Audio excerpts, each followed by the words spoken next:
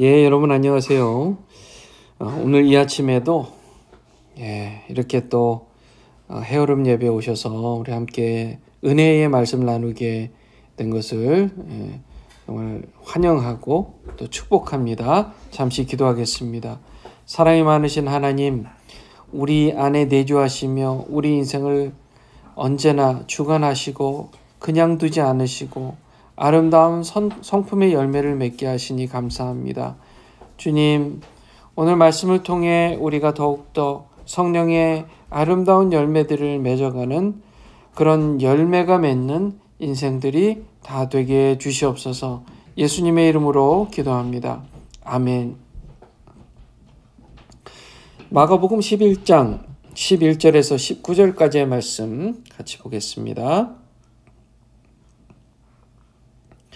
예수께서 예루살렘에 이르러 성전에 들어가사 모든 것을 둘러보시고 때가 이미 저물매 12 제자를 데리시고 베다니에 나가시니라. 이튿날 그들이 베다니에서 나왔을 때에 예수께서 시장하신지라. 멀리서 잎사귀 있는 한 무화과 나무를 보시고 혹 그 나무에 무엇이 있을까 하여 가셨더니 가서 보신즉 잎사귀 외에 아무것도 없더라. 이는 무화과의 때가 아님이라. 예수께서 나무에게 말씀하여 이르시되 이제부터 영원토록 사람이 내게서 열매를 따먹지 못하리라 하시니 제자들이 이를 듣더라. 그들이 예루살렘에 들어가니라. 예수께서 성전에 들어가사 성전 안에서 매매하는 자들을 내쫓으시며 돈 바꾸는 자들의 상과 비둘기 파는 자들의 의자를 둘러 엎으시며 아무나 물건을 가지고 성전 안으로 지나다님을 허락하지 아니하시고 이에 가르쳐 이르시되 기록된 바 내 집은 만민이 기도하는 집이라 칭함을 받으리라고 하지 아니하였느냐. 너희는 강도의 소굴을 만들었도다 하시매 대제사장들과 서기관들이 듣고 예수를 어떻게 죽일까 하고 꾀하니 이는 무리가 다 그의 교훈을 놀랍게 여김으로 그를 두려워하밀러라.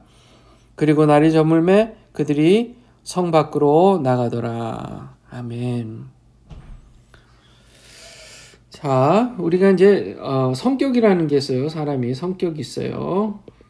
성격. 우리 주로 한국 분들이 성격을 서로 평가할 때 굉장히 쉽게 평가하는 방식이 있는데 MBTI라는 게 있습니다. MBTI. 자, MBTI 성격 유형을 한국 사람들이 많이 활용해요.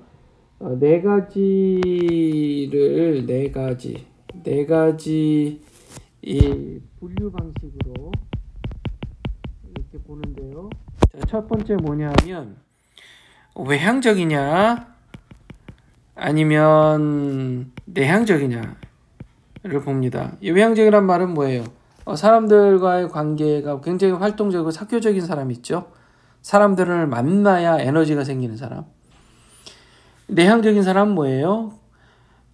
깊이 있는 관계, 대인 관계를 유지하는데 조용하고 신중하고 그래서 또 혼자 있을 때 에너지를 많이 만들어내는 그런 사람이죠. 옳고 그름이 아니라 그런 성향이라는 겁니다.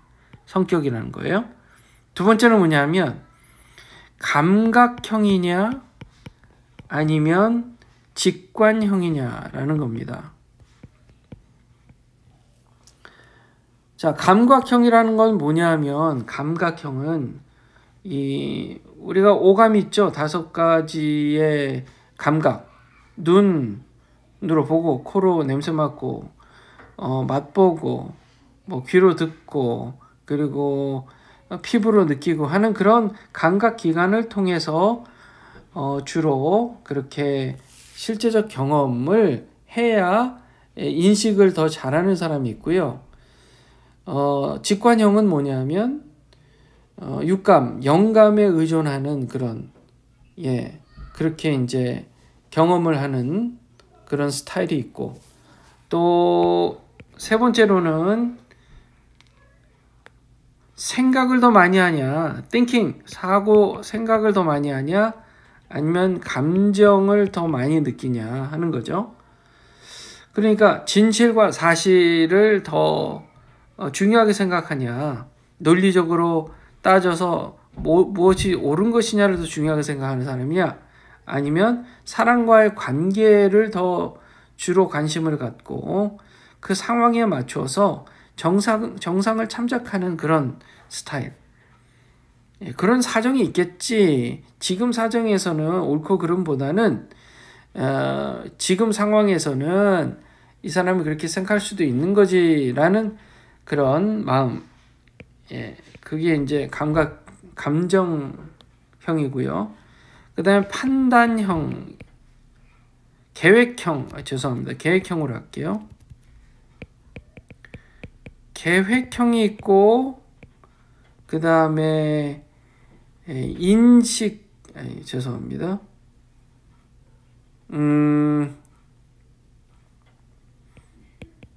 융통성, 이렇게 좀 해볼게요. 말을 편하게요.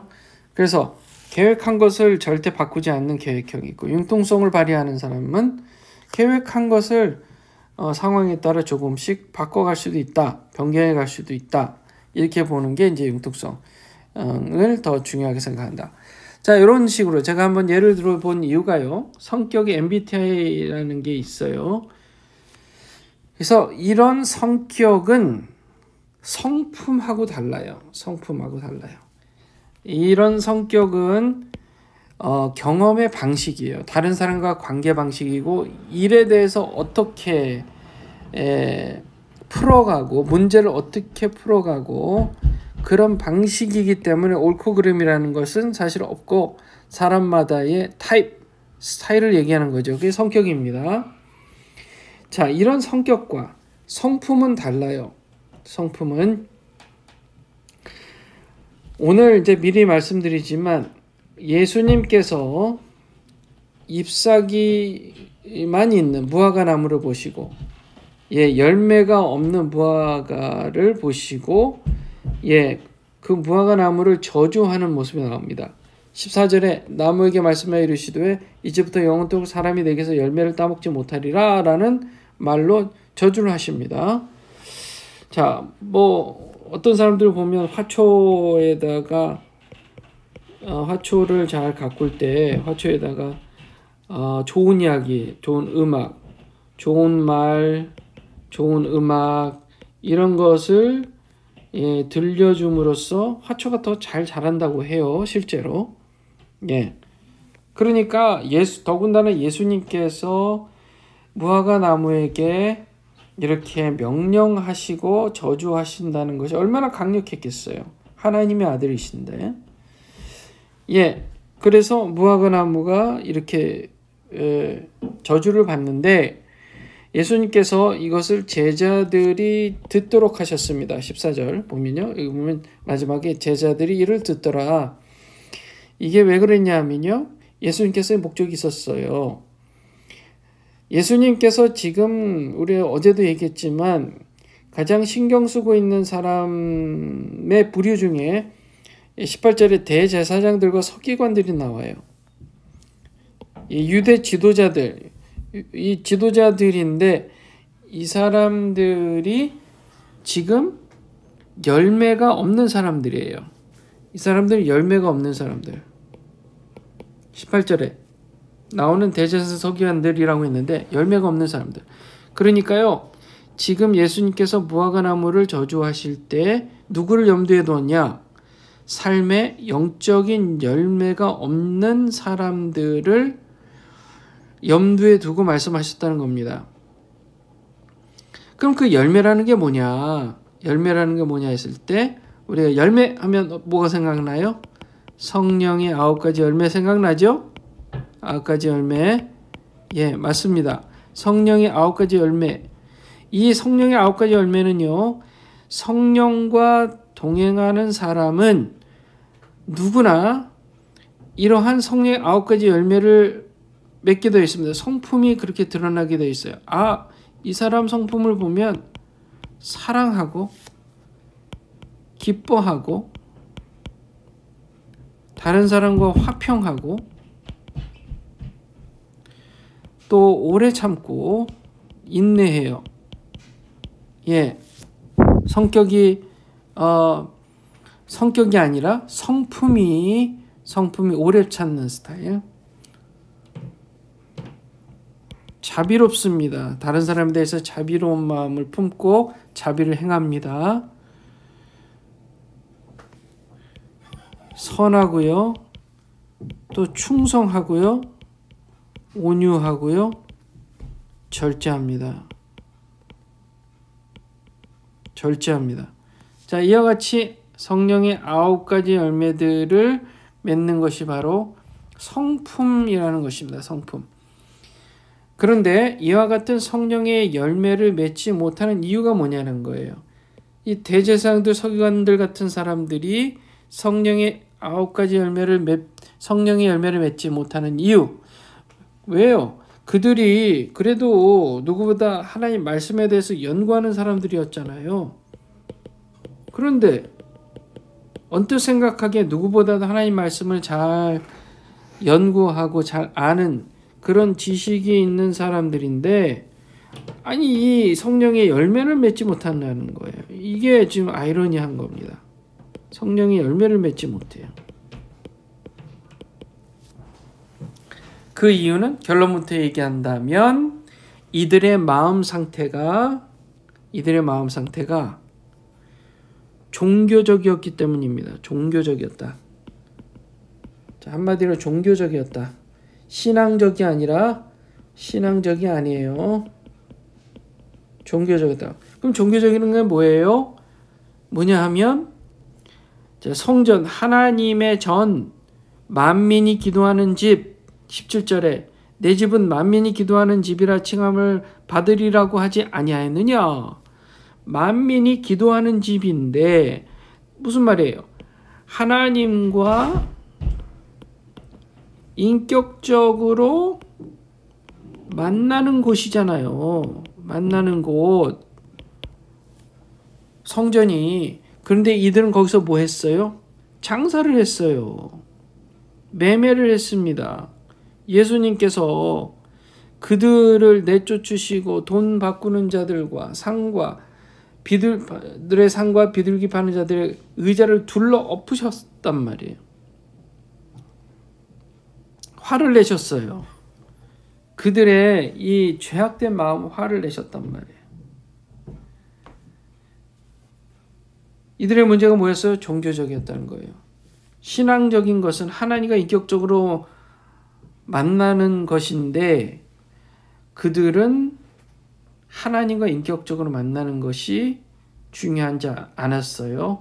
그들의 사회적 기득권을 그저 유지하고 싶었을 뿐입니다. 하나님을 이용하는 거였죠. 자, 종교적인 것은 하나님을 이용해서 자기들의 이익을 얻으려고 하는 것이 바로 종교적이라는 겁니다. 신앙적이라는 것은 하나님을 사랑하는 거고요. 하나님 사랑. 자, 다시요. 종교적이라는 것은 하나님을 이용하는 거고 신앙적이라는 것은 하나님을 사랑하는 겁니다. 그러니까 결국 열매를 맺지 못하는 이유는 하나님을 이용하기 때문에, 하나님을 이용하는 종교적인 마음 때문에 열매를 맺지 못한다. 성품의 변화가 없어요. 성령께서 할 수 있는 일이 없어요. 성령께서 하실 일이 없어요. 왜냐하면 성령이 뭔가 할 수 있는 틈을 주지 않는 거예요. 내가 하고 내 뜻대로 하고 내 마음대로 하고, 다만 하나님은 거기 계시면서 내가 원하는 것을 들어주시면 하세요 하고 있는 거잖아요.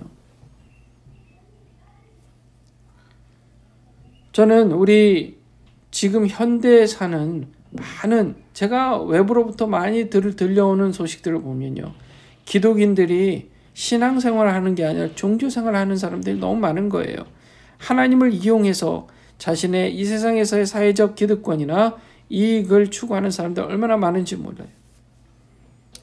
멀리서 찾을 것도 없습니다. 바로 저는 목회를 하는 목회자로서 항상 노심초사합니다. 왜냐하면 혹시라도 하나님을 이용해서 내가 내 일을, 이 목회 일을 하지는 않을까라는 그렇게 걱정으로 항상 노심초사합니다. 예, 여러분 기도 많이 해주세요. 저를 위해서요. 하나님을 이용하는 게 아니라 하나님을 사랑하는 목사가 되도록 여러분 기도 많이 해주세요. 그래야 저도 성령의 열매들을 맺어가잖아요. 그러니까 다시 말해서 우리가 그럼 종교생활을 하느냐 아니면 신앙생활을 하느냐를 구별했을 때 그 구별하는 방법, 성령의 열매를 맺어가는 성품을 갖고 있느냐, 이러한 이 9가지 요소들을 나타내는 성품을 갖고 있느냐, 다른 사람에게 그렇게 보여지고 있느냐, 그런 모습으로 다른 사람이 나타나고 있느냐, 성품이 나타나고 있느냐, 그겁니다. 그래서 성령의 열매들이 나타나는 성품이라면 그는 신앙생활을 하고 있으면 하나님을 사랑하는 사람이다 라고 볼 수 있다는 것입니다. 성품이 열매입니다. 저와 여러분이 하나님을 사랑하되 내 안에 만민이 기도하는 집, 우리의 마음은요 성전이에요. 성전입니다. 하나님과 인격적으로 만나는 곳이 우리 마음이에요. 우리 안에 하나님께서 거하시는 성전입니다. 그러니까 성전, 우리의 마음은 하나님 거하시는 성전으로서 뭐 해야 된다고요? 기도해야 된다고요. 기도하는 집이라 그랬습니다. 기도하는 집. 기도하지 않으면 우리는 결국 열매 맺지 못하는 엉터리 인생이 되고 마는 거예요. 기도하는 집. 기도는 어떻게 해야 되는? 그러면 기도는 어떻게 해야 되느냐 했을 때 항상 성령님과 대화하는 겁니다. 성령님과 대화하세요. 말씀드리고 듣고 말씀을 듣고, 그래서 대화를 하심으로 매 순간 성령께서 이걸 원하시는구나, 그렇게 순복하시는 여러분들 되시기를 주님의 이름으로 축원합니다. 기도하겠습니다. 거룩하신 하나님, 예수님께서 성전에 들어갔을 때 그렇게 매매하는 자, 성전 안에서 매매하는 자들을 내쫓으시고 돈 바꾸는 자들의 상과 비둘기 파는 자들의 의자를 엎어버리시는 그런 분노의 모습을 봅니다. 주님, 혹시 우리의 마음의 상태가 그렇게 타락한 성전의 모습은 아닌지요? 주님 용서해 주시옵소서. 주님을 사랑하는 신앙인이 되게 해 주시옵소서. 그러기 위해 제 마음에 기도하는 집으로서 하나님과 인격적으로 만나 성령님과 대화하고 그 대화의 말씀을 주고받으며 성령님과 사랑하는 그런 인생들 되어 아름다운 성품의 사람들이 다 되게 해 주시옵소서. 예수님의 이름으로 기도합니다. 아멘. 오늘 이 말씀 묵상하시면서 기도하시고 또 우리 다른 분들 위해서 우리 교인들 기억하시면서 중보기도 해주시고, 여러분 오늘 하루도 승리하시길 주님의 이름으로 축원합니다. 기도하겠습니다.